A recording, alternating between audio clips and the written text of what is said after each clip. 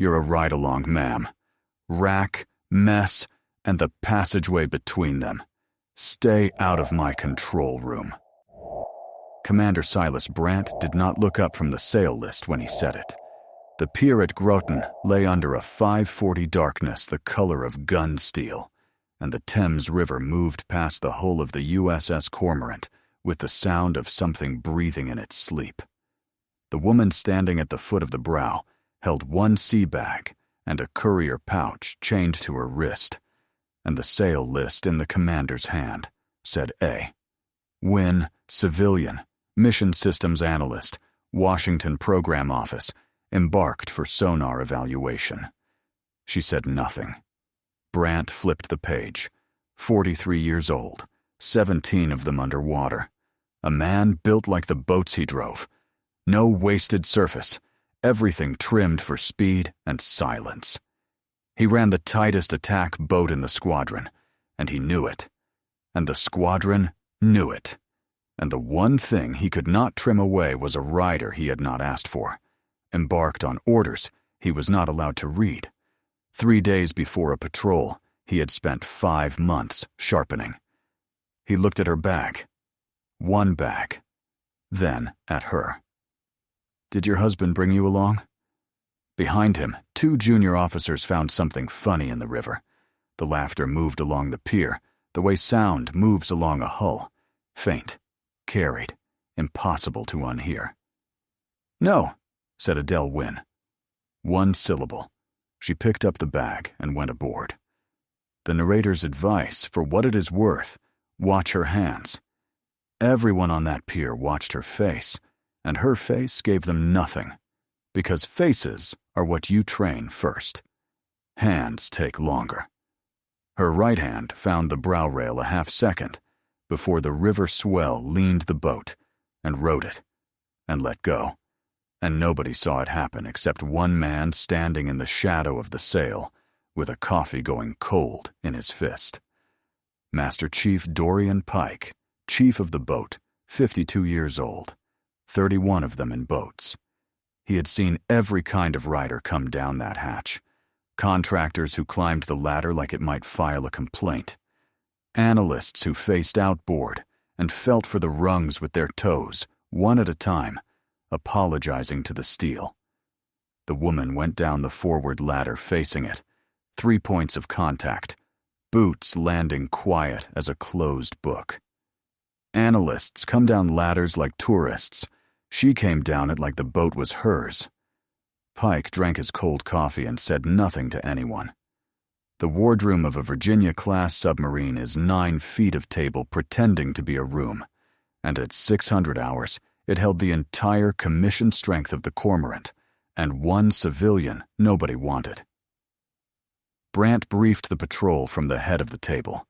Course, tempo, the exercise window off the shelf break, the sound discipline he expected, and the standard he intended to hold. He was good at it. Even the ones who feared him leaned in. It is a particular kind of gift, making the sea sound like something you have personally negotiated with, and Silas Brant had it. He did not introduce her. The executive officer, Lieutenant Commander Marcus Feld, 38, read the rider restrictions aloud instead.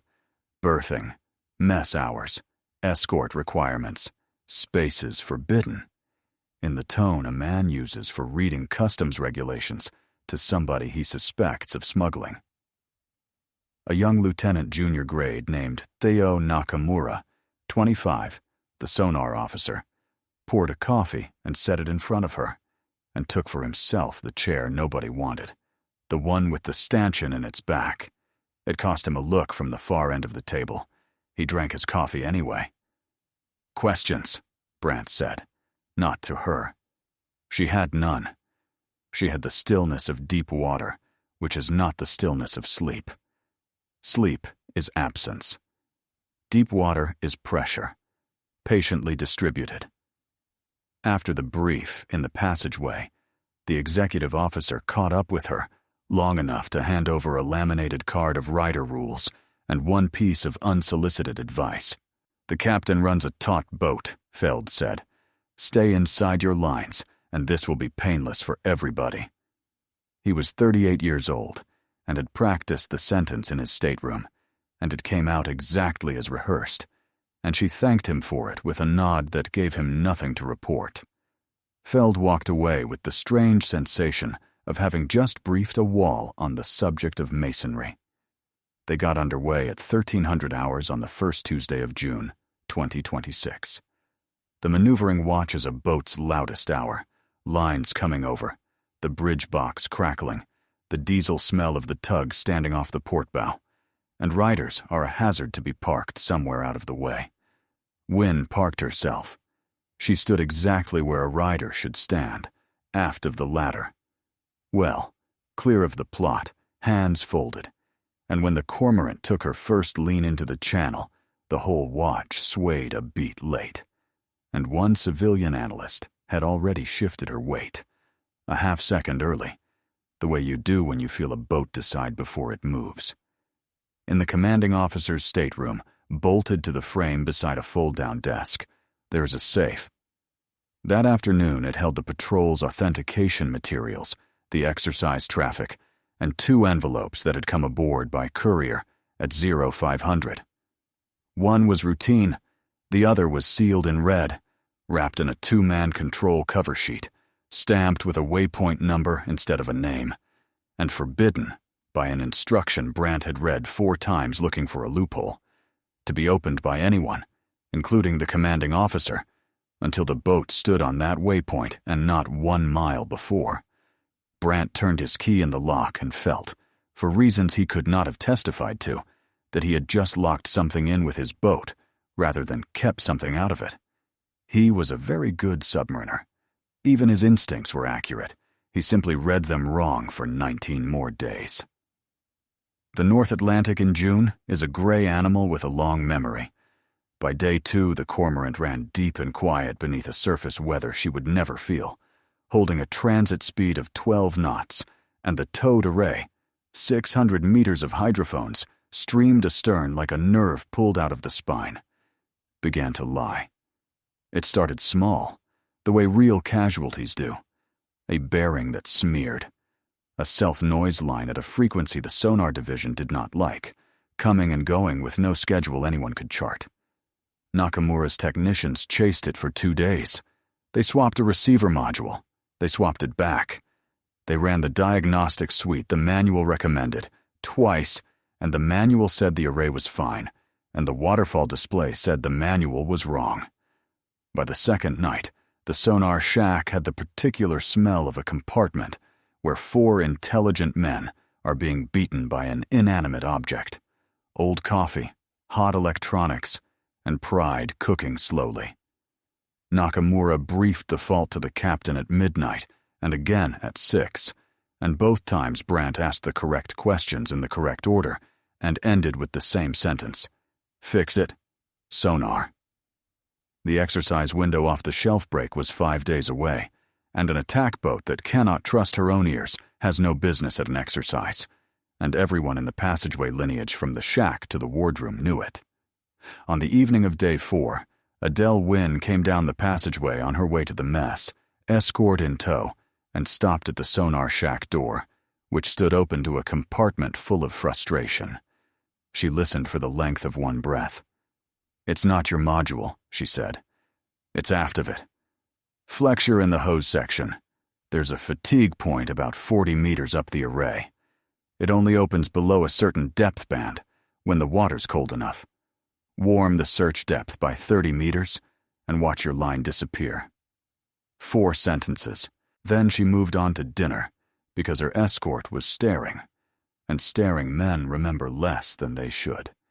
Nakamura ran it that night. At the shallower band, the line vanished from the waterfall like chalk under a wet thumb, and the bearings came back true. And the array, which 3,000 pages of documentation had declared healthy, was scheduled for a hose section inspection in port that would find the fatigue point within a hand's width of where a civilian analyst had pointed through a steel bulkhead. There was one more thing, and only Pike caught it.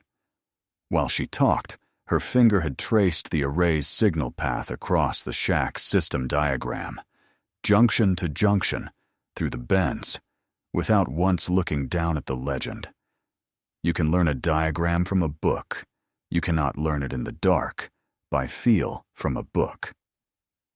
"How did you?" Nakamura started. "Lucky guess," she said, and was gone. The wardroom heard about it at breakfast, the way a boat hears about everything, which is instantly. Brandt let the story travel the table and land, and then he set down his fork and performed the small, cold surgery at which career officers excel. "The fault was in the documentation set the whole time," he said. "Chapter 9 covers hose section fatigue. I would rather my sonar division read their pubs than take equipment advice from unbadged riders in the passageway. Speaking of which, the sonar shack goes on the restricted list. If the analyst needs data for her evaluation, she can request it in writing. Through the XO, like everyone else." Around the table, heads nodded who had not read Chapter 9 either. Master Chief Pike stood in the doorway with the morning message board and said nothing, wrote nothing, and remembered all of it. In the goat locker afterward, he sat with his coffee and turned her name over.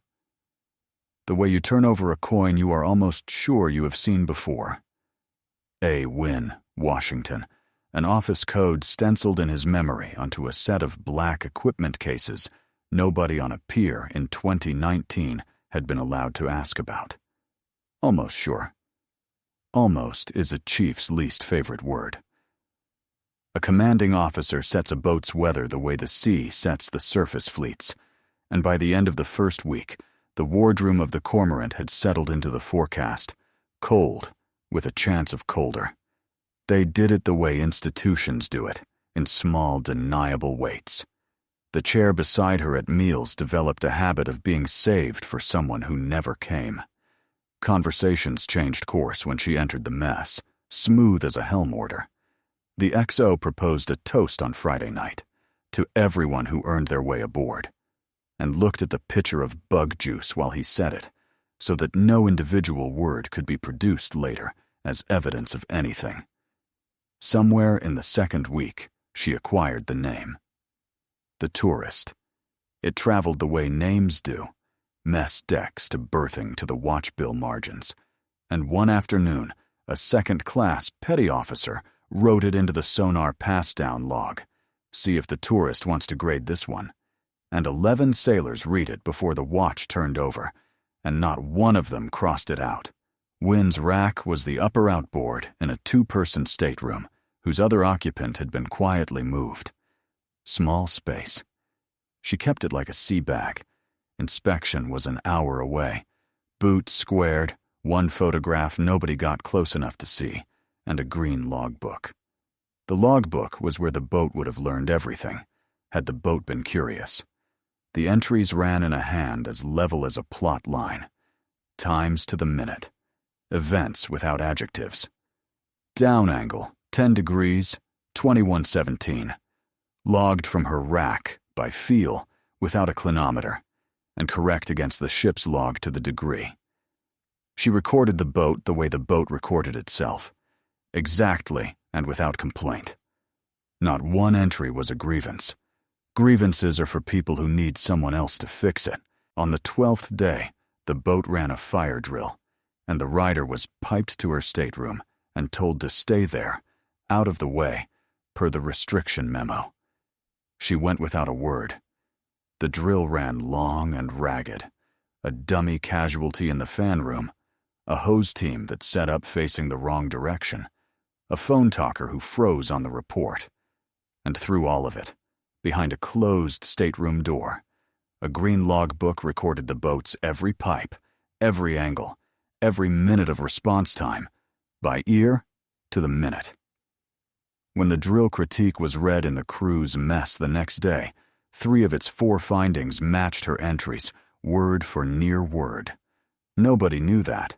It would be weeks before anyone thought to check. Theo Nakamura tried once in the junior officer jungle in the mild way of a man 25 years old and outnumbered. He said the array call had been the best piece of casualty analysis he had seen at sea, whoever made it, and maybe the boat ought to be less proud about where good answers came from. The jungle went quiet. The next day, his qualification board found new scheduling problems, and his seat at meals migrated one chair down, toward the stanchion. He kept the seat. He kept pouring her coffee, too. Some men are simply built with the grain running straight. And here the story asks one thing of you, before the paper war starts and the safe comes open. If you have ever been the most qualified person in a room that decided you were furniture, if you have ever watched credit walk past you to someone with the right haircut, then you already know this woman, and you know what is coming for the man at the head of that table, even if he does not. Subscribe to Honor Tales, because what is sealed in that safe has a name on it, and the room that laughed is going to hear it read aloud. The complaint went on paper in the third week, because paper is where a certain kind of officer goes to feel safe.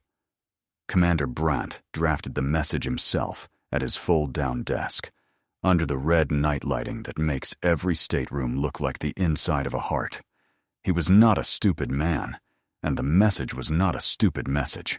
It was worse. It was reasonable. It noted the embarkation of an unvetted civilian rider under orders opaque to the commanding officer. It noted an unexplained familiarity with shipboard systems inconsistent with the rider's stated background. It requested, respectfully, in the passive voice, the load-bearing wall of naval correspondence. That squadron confirmed the rider's bona fides and clarified the commanding officer's authority to restrict her movements in the interest of operational security. Lieutenant Commander Feld read it standing up, which is how executive officers read things they wish they had not been handed. His pen hovered over one line, familiarity inconsistent with stated background, because a wiser angel somewhere aft of his conscience was whispering that this particular sentence cut in a direction nobody had checked. He signed anyway. Wise angels lose to career math almost every time. It should be said, in fairness to the man, what the complaint was defending. Silas Brandt had taken command of the Cormorant 20 months earlier and rebuilt her from a middling boat into the squadron's benchmark. Retention up, qualification times down, an engineering exam score that made other commanding officers irritable. He had done it with 16-hour days, and a standard he applied to himself first and hardest. The boat was not his career. The boat was his argument with the universe, the proof that discipline honestly applied produces safety honestly earned. An unreadable rider with sealed orders was not, to him, a woman being wronged. She was a variable he could not control inside the one system he had bled to make controllable. Wrong is not the same as small, and his mistake was never small-minded. It was worse. It was principled. The most durable injustices always are. The restriction memo posted the next morning. Her escort was doubled. The sonar shack, the control room, the engine room, maneuvering, formally closed to the rider, in writing, on the boat's letterhead. Her world narrowed to a rack, a mess seat, and the 90 feet of passageway between them, which was, the reader will notice, exactly the world Commander Brandt had promised her on the pier before the lines came over. Some men keep their word only when it is a cage. She absorbed it the way the hull absorbs depth. Nothing you could see, everything structural. And she kept her habits, which is where the boat, had it been watching with better eyes, would have started to worry. She checked the bulkhead clock 90 seconds before the hour. Every hour she was awake, and every time the 1MC pipe followed her glance like an echo. She braced before down angles were ordered, not after. Her answers to direct questions ran 1 to 3 syllables, transmitted on minimum power. Yes. No. Log it, please. Master Chief Pike had stopped almost being sure.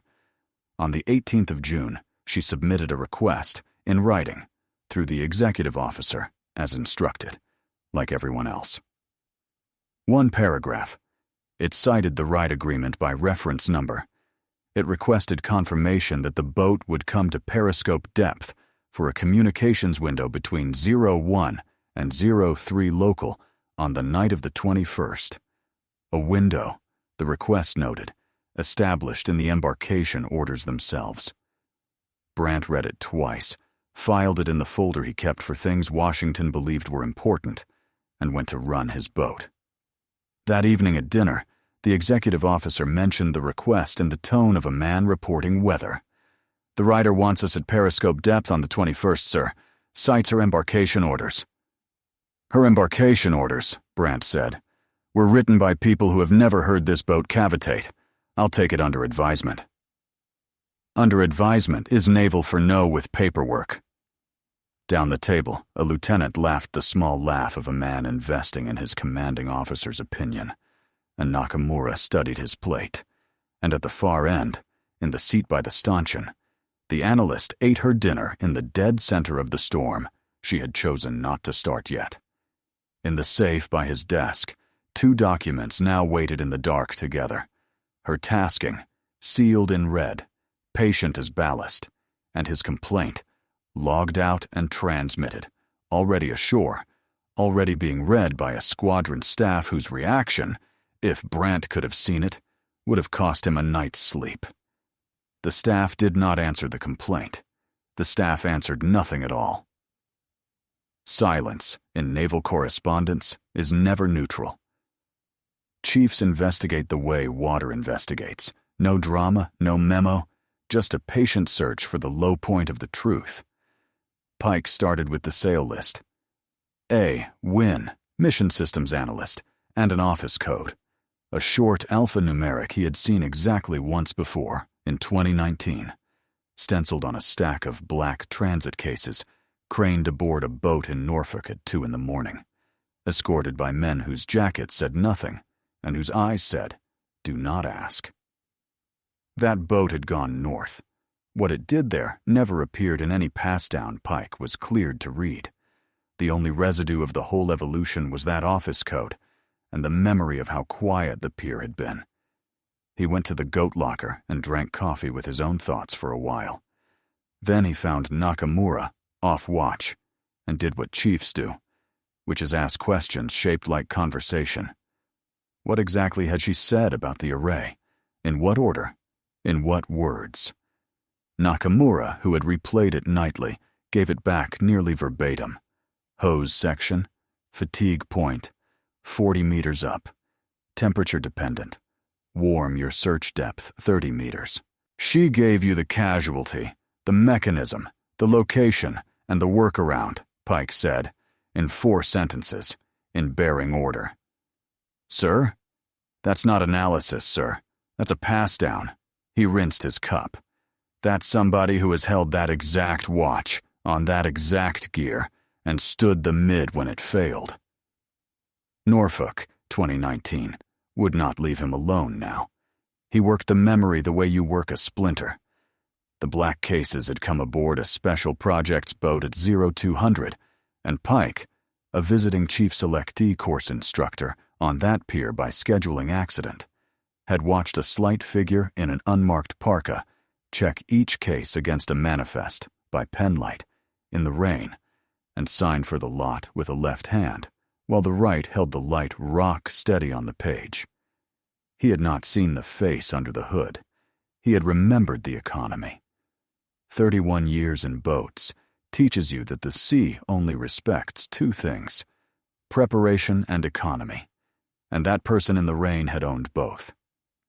He tried it on the executive officer 2 days later, off the record, in the wardroom pantry with the door hooked open for deniability. Feld laughed the way a man laughs when he has signed something. She's an analyst, Cobb. Aye, sir. Pike stacked 2 saucers with great care. And if she's who I think she is, we're not grading her right. She's grading ours. He watched her at evening meal that night, the way he had watched the sea his whole life, which is to say without appearing to. She came through the mess door, and her eyes did one flat sweep of the compartment, hatches, faces, the food line, the exits, before she took her seat. It cost her half a second. It was the sweep of someone who has stood watches in compartments where the count of faces mattered. Tourists look at menus. Watchstanders count the room. There was one more item for his log, and it was the boots. Riders draw their gear from a program office, new and stiff and squeaking apology with every step. Hers were broken in along the outboard edge, both feet, the wear pattern of someone who has spent years standing, watches on a deck with a permanent list toward wherever the ocean wanted to lean it. You can falsify a sail list in an afternoon. Nobody in the history of the Silent Service has ever falsified a wear pattern. Pike finished his coffee and made a decision that would look, 3 days later, like prophecy. He started keeping his own log. And if you want to know what a chief's log is worth when a sealed envelope comes open, stay aboard. The safe gets opened in 4 days. Subscribe to Honor Tales and be standing in the control room when it does. 0100, June 20th. Aft berthing breathed in its sleep. In the upper outboard rack of a stateroom built for 2 and holding 1, a reading light burned red behind a curtain, and Adele Wynne opened the green logbook to a page that had nothing to do with this patrol. The page held a date, March 9th, 2019, and 2 letters. DA, here and only here, with the curtain drawn and the boat asleep, the story is permitted inside her head. This is what it found. 2011, the year the submarine force opened its hatches to women, and a 30-year-old surface lieutenant named Adele Wynne traded a destroyer's horizon for a world with no horizon at all. First integration cohort. She qualified in boats with the entire Silent Service watching over her shoulder, and learned that the ocean does not care about history being made. It only checks your valve lineups. Department head at 33. And then the detachment, the one whose name appears on no list, whose equipment travels in black cases at 2 in the morning, whose business is the placing and keeping of things on the sea floor that the nation prefers not to discuss. March of 2019. Under the ice, where the ocean closes its one eye, a special projects boat, a seawater system, and a failure that arrived, as they all do, in the middle of the mid-watch, with a sound like the sea clearing its throat. Flooding aft, a boundary that had to be dogged and held, 11 minutes, while damage control fought the casualty on the far side, and 2 frames beyond that door, holding a manual isolation valve shut against the sea with both hands, and all 34 years of his life, Chief Machinist's mate Deke Alvarado. 11 minutes is nothing. 11 minutes is a coffee break, a news segment, the time it takes to fold a load of laundry. Under the ice, with the sea coming in at 4 degrees centigrade, and the deck plates going slick, and the sound-powered phones carrying the voices of men doing arithmetic about their own lives, 11 minutes is a geologic age. She had braced the door with her boots against a frame and her back against the wheel, and counted the casualty out loud for the phone talker. Level. Exact. 1 report every 30 seconds. Because a steady voice on a phone circuit is worth 2 pumps, and every man on that circuit would say so later, in the language sailors use when they mean that someone held their lives together with nothing but tone. The boundary held. The valve held. The margin, when they counted it afterward, was 90 seconds. Deke Alvarado did not come home. Under ice there is no ceremony, no flag on a rail, no rifle volley, only a quiet compartment, a hull settling with the sound of something enormous turning over in its sleep, and a lieutenant commander named Wynne signing the log with a steady hand and learning what steady costs. The record entry that followed used the word meritorious. She has never once read it all the way through. What she reads instead, every year on the 9th of March, is a letter that has never been sent, addressed to a house in Yuma, Arizona, where Deke Alvarado's daughter is now 11 years old and believes her father died in an accident on a Navy ship, which is true the way a chart is true. Accurate in every sounding, silent about the cold. The letter is 4 sentences long. It has been 4 sentences long for 7 years. Some cargo you carry because no one else has the clearance. What followed the entry? The detachment gave her its hardest jobs, then its keys. Commander at 40. Captain at 42. Command of the whole quiet enterprise. The black cases, the numbered waypoints, the things on the sea floor, held by a woman whose own mother believes she does acoustics research for the government, which is, in the way of the best cover stories, very nearly true. And this ride, a tasking so compartmented that the courier orders outranked the commanding officer of the boat that carried them. Somebody had to babysit the package to the waypoint. Somebody senior. Somebody who could sit in a mess seat for 3 weeks and be called a tourist by boys who were in grade school when she first heard a hull groan under ice, and log it and eat her dinner and say nothing, because the mission outranked her pride by every number that mattered. In the navigation plot, 80 feet forward, the boat's track crept toward a point on the chart with no name, just a number. Her comms window, the one filed under later, was tomorrow night. She capped her pen. She killed the light. To the dark, to nobody, in a voice you could have balanced a bubble on. 3 more days. The summons came over the 1MC at 1900 on June 20th. The rider to the control room. Not to his stateroom, where things are said quietly. To the control room, where the watch could hear. Brant stood at the con with the deck and the authority and every advantage a man can hold on his own boat. And he was, give him this much, courteous. Courteous the way a bulkhead is courteous. "Your communications window," he said. "I've reviewed it against the operational picture, and the answer is no. We are inside an exercise-sensitive transit corridor, coming to periscope depth on a schedule set by a Washington office that has never heard this boat's sound signature, is a risk I am not taking for administrative traffic. Sound discipline is not a courtesy I extend when convenient. It is the reason my crew comes home. The patrol comes first. Your evaluation can wait. Washington can wait. If the program office objects, they may do so in writing. Ashore, to the squadron commander, in July." He let the room hear all of it. Paragraphs. It is a genre of speech senior officers reach for when they are most wrong. The aria of reasonableness. And one more thing. Your courier pouch. Accountable material should be in the ship's custody, not chained to a rider's wrist. It goes in my safe until we surface. The XO will witness. Master Chief, log the transfer. The control room held its breath in the red light. The pouch came off her wrist. She unlocked it herself, unhurried, as if she had been waiting for the request, and passed into the executive officer's hands, and Pike wrote the entry in a hand, slower and more careful than the entry required. "Anything to say?" Brant asked. "Log it, please," said Adele Wynne. 3 syllables, and then she smiled at him. First time in 19 days.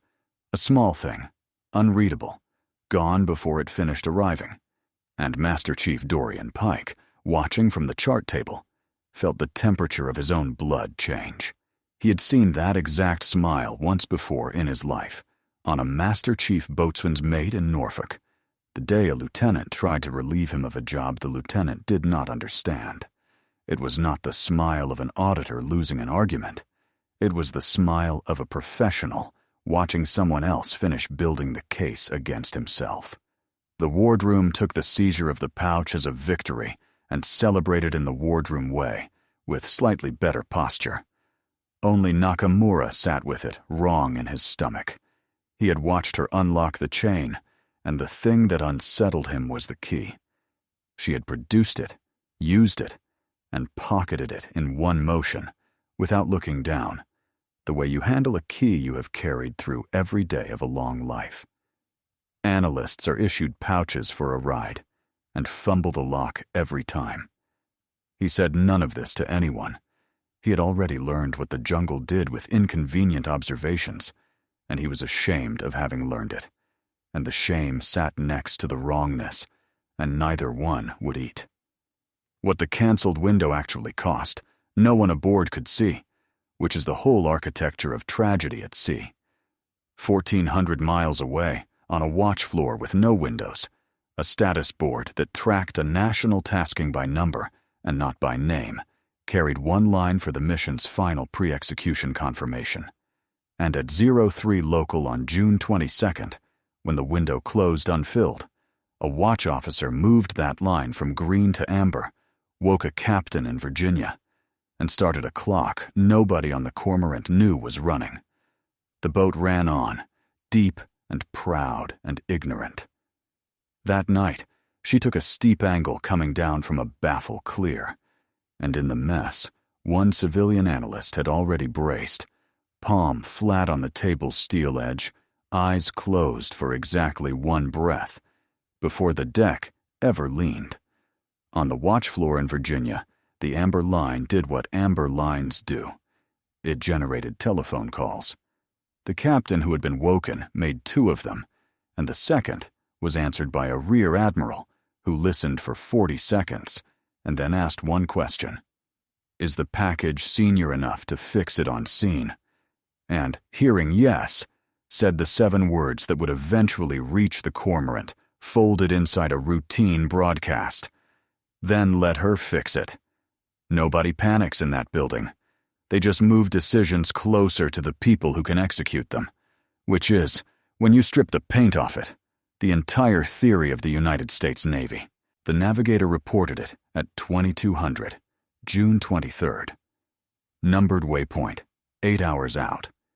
In the safe by the commanding officer's desk, under a 2-man control cover sheet, sat a red-sealed envelope with that number on it, and every hour brought the boat 6 knots closer to the end of the version of this patrol in which Silas Brandt understood his own ship. 0600, June 24th. The Cormorant hung at depth on the numbered waypoint, trimmed so quiet you could hear the ocean thinking. They opened the safe under 2-man control, commanding officer and executive officer, per the instruction, with the chief of the boat present as witness, which put Master Chief Pike exactly where 31 years of service had been aiming him all along, in the corner of the room where the truth comes out. Brandt broke the red seal, unfolded the authentication page, verified the waypoint number, the date-time group, the control markings, all correct, all routine, his hands doing a procedure his career had done 100 times. And then his hand stopped. The story owes you his eyes, so here they are. Confusion first, the honest kind, the eyes of a man reading a sentence that has arrived in the wrong universe. Then disbelief, a flick back to the top of the page, because paperwork errors exist, and this had to be one. Then recognition, arriving not from the page but from memory. A towed array fault called through a bulkhead, a hand braced before every angle, a clock checked before every pipe. 3 weeks of evidence reassembling itself at flank speed into a shape he had been ordered by his own pride not to see. And then, last, quietly, in the red light, with the watch pretending not to watch. Horror, the contained kind, the kind that changes the way a man stands. He read it aloud, because the instruction required it, and because his voice was the only part of him still following orders. Slower the second time. Operation order. Mission Commander. Captain Adele M. Wynn, United States Navy. Commander. Undersea Special Projects Detachment. Effective on station.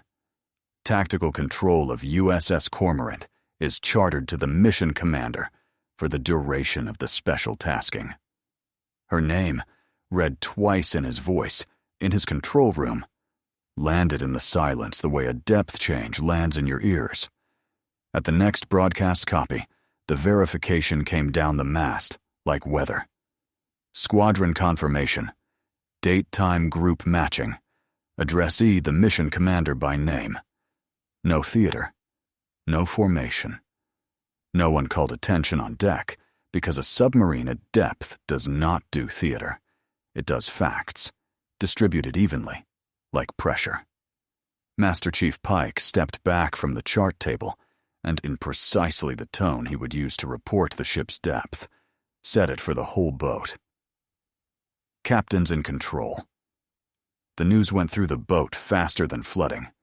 It moved from control to sonar on a phone circuit, from sonar to the mess on a messenger's face.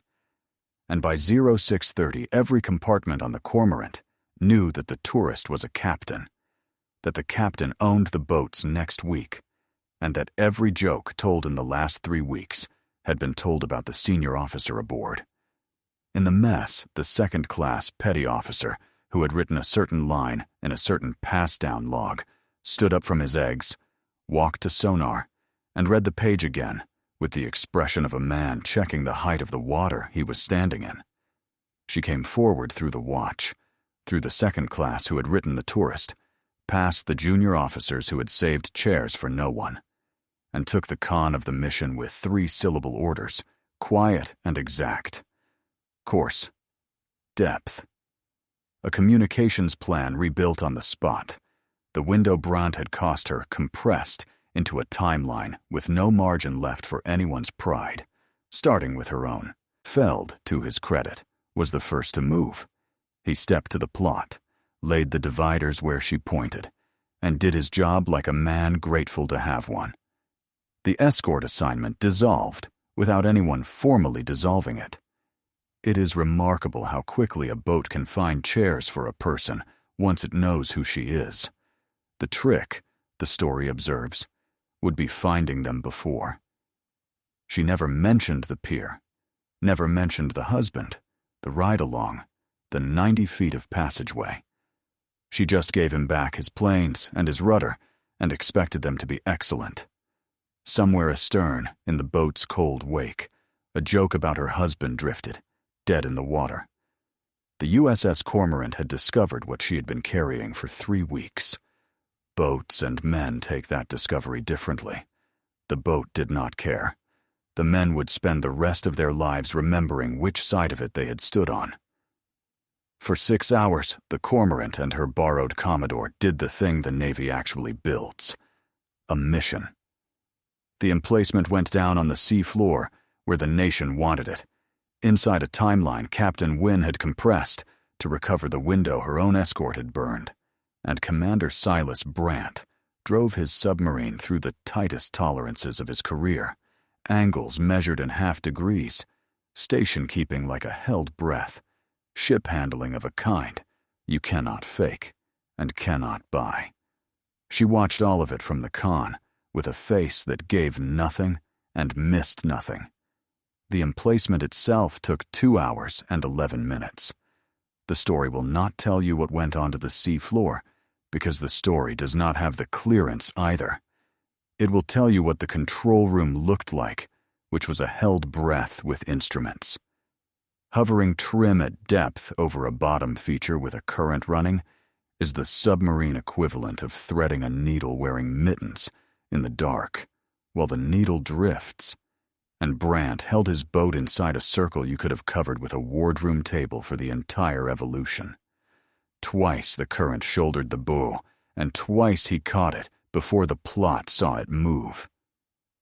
Pike, watching the captain watch the commanding officer, saw her log something in the green book with 2 strokes of the pen.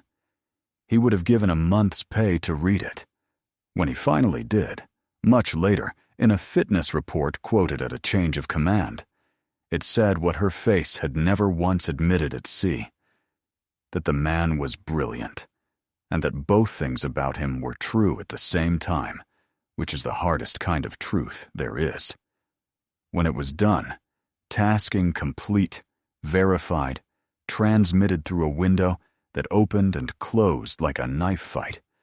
She found him in his stateroom, with the door hooked open, because closed doors were a courtesy neither of them wanted now. "Captain," Brandt said, and stopped.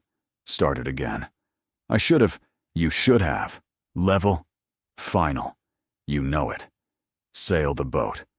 That was the entire dressing down. 4 words and an order. No arrest waited for him at the pier. No board. No letter that ends a career in the passive voice. She saw to that personally, because the offense had been arrogance, not corruption, and because the Navy needs its best ship handlers humbled, not beached. What she wrote into his record instead was the truth, all of it, in one sentence built to be lived under. The finest ship handling this officer has observed in 23 years of naval service, delivered by a commanding officer who spent 19 days mistaking his mission commander for a tourist. He will read that sentence at every promotion board for the rest of his life. Both halves. That is the reckoning. It weighs more than handcuffs. Lieutenant Junior Grade Theo Nakamura got the other letter. An endorsement, by name, into the screening pipeline for a detachment whose title is a string of numbers. A young officer, she wrote, with the grain running straight. Master Chief Pike delivered the news himself, along with the sonar pass-down log, from which one page had been torn out so cleanly it might never have existed. If a story like this one squares something in your chest, if you have ever been read wrong by someone who should have read closer, and stood there anyway, steady, until the sealed thing with your name on it came open. Subscribe to Honor Tales. There is always another quiet professional the room hasn't recognized yet. The pass-down log, the torn page, the chairs, the toast to everyone who earned their way aboard. None of it was ever raised officially, because she never raised it. That was her last lesson to the cormorant, and the boat understood it better than any charge sheet. She had the power to end careers in that wardroom, and used it exactly once, on the one man whose career deserved to be made instead. The rest of them got to keep everything except their certainty. It was the most expensive thing any of them owned. Groton again. The 4th of July, 2026, 0540. The same gun-steel darkness she had boarded under, 29 days before. No band, no formation, no sequel waiting in a folded photograph. The mission was done, and the sea does not do encores. Captain Adele Wynne crossed the brow with one sea bag and an empty wrist, and did not look back. Behind her, on the deck of the USS Cormorant, with the watch below and the pier empty, and not one witness anywhere that could do his career a single particle of good, Commander Silas Brandt came to attention and saluted her, and held it in the dark until she was ashore. Every soldier carries a story that few ever hear. Listen with your heart. Thank you for staying and watching. Subscribe to Honor Tales for more.